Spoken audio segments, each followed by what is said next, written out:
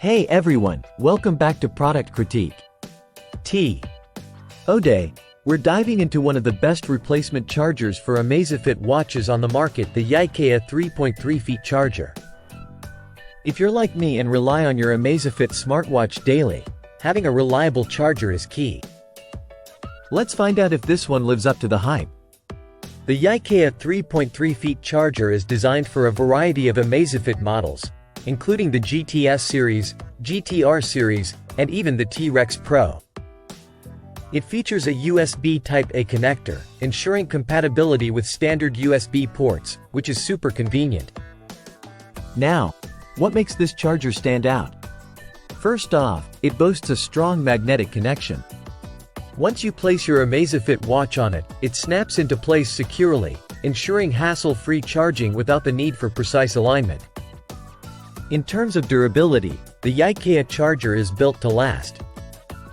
It's crafted from premium PVC and features 2.8 AWG wiring, capable of withstanding up to 6,000 bends. This means it can handle daily wear and tear without breaking a sweat. Safety-wise, it's equipped with an upgraded protection system to regulate current and reduce voltage instability. This not only protects your precious Amazfit watch but also ensures stable and safe charging every time. When it comes to charging speed, it's efficient. At 5 volts, it takes around 2 hours to fully charge your Amazfit watch from 0 to 100%. This is pretty standard and ensures you're not waiting around too long. So, after testing the Yaekea 3.3 feet charger, I'm impressed. It delivers on its promises: strong magnetic connection, durability, and reliable performance. Plus, it's backed by a 12-month guarantee, which shows the confidence Yaekea has in its product. What do you think? Have you tried this charger or something similar? Let me know in the comments below.